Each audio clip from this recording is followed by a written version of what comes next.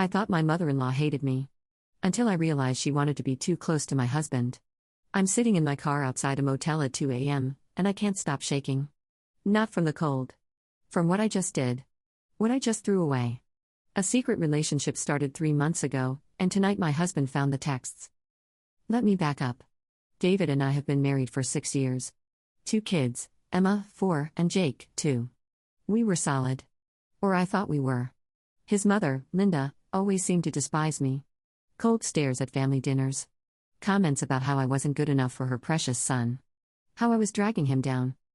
I started believing her. When Marcus, my co-worker, started paying attention to me, it felt like oxygen. He'd compliment my presentations. Text me jokes during boring meetings.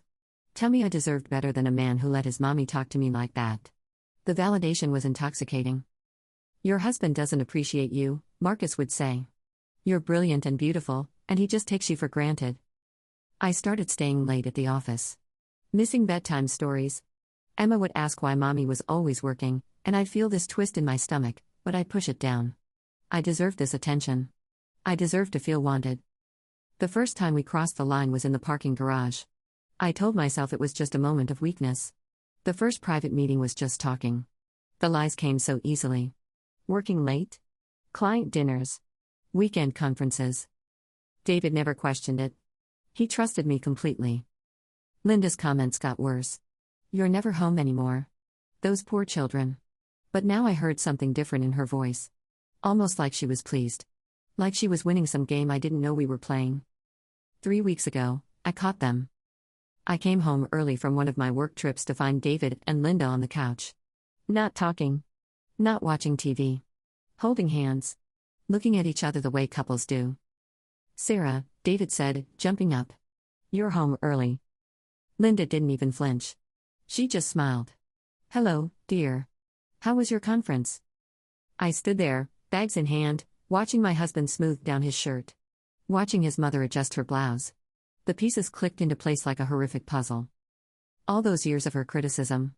Making me feel small. Making me doubt my marriage.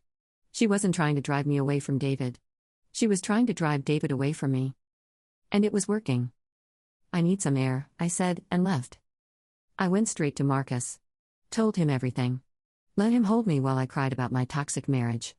Let him convince me that David and I were over anyway, so why not be together openly?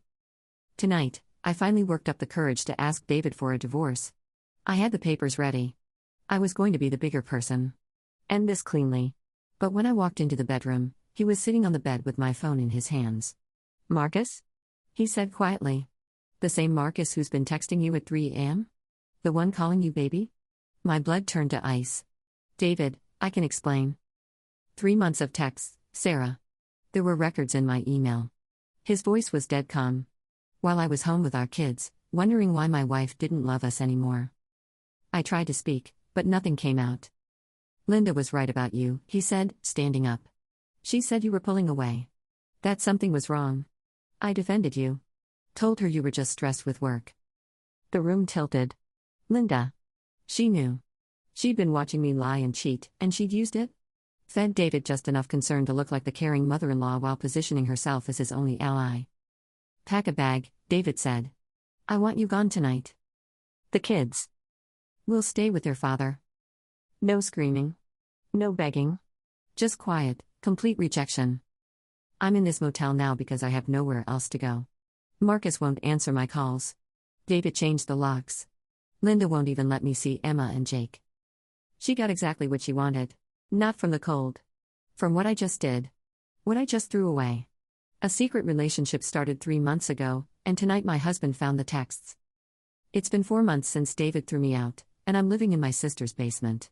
The divorce papers came last week. Full custody to David. The house, the savings, the life we built. Gone. I lost my job 3 weeks after the separation. Apparently, having an affair with a co-worker creates a hostile work environment. Marcus transferred departments and acts like we never met. My manager gave me 2 weeks severance and had security escort me out. Emma asks why mommy doesn't live with them anymore. David told me this during our 10-minute supervised visit at McDonald's. She drew me a picture of our family, but she only drew 3 people.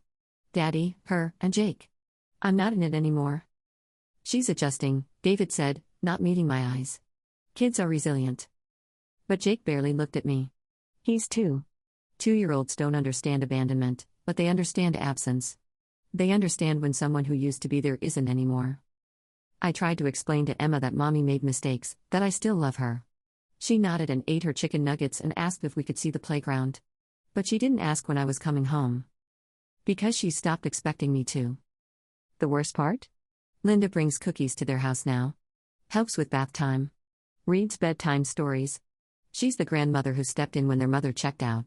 David posts pictures on social media sometimes. Family game nights.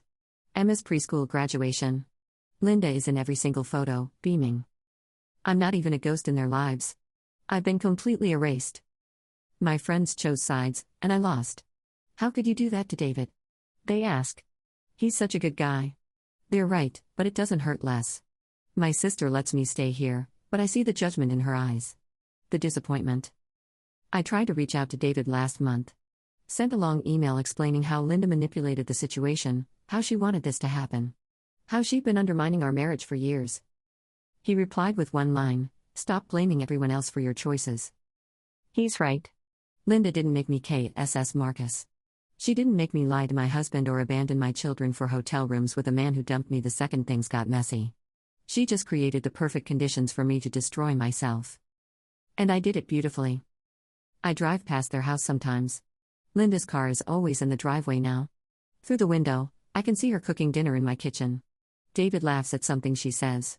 Emma sits at the table, coloring. Jake plays with blocks on the floor. They look happy. Complete. Like they never needed me at all.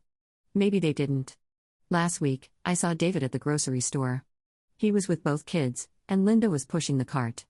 Emma was chattering about something, and David was smiling the way he used to smile at me. When he saw me in the cereal aisle, his face went blank. "Say hi to mommy," he told the kids quietly. Emma waved. Jake hid behind David's legs. Linda nodded politely and kept walking. I'm a stranger to my own children. The affair was supposed to make me feel alive, wanted, free. Instead, I'm completely alone. Marcus got what he wanted and moved on. David got custody and a mother figure for his kids. Linda got her son back and her grandchildren full-time. Everyone got what they wanted except me. I thought I was smart enough to handle an affair. Thought I could compartmentalize. Thought I deserved more than what I had. Turns out, what I had was everything, and I was too stupid and selfish to see it until it was gone. The worst part isn't the loneliness or the shame or even losing my kids. It's knowing that Linda won by letting me destroy myself, and I handed her the tools.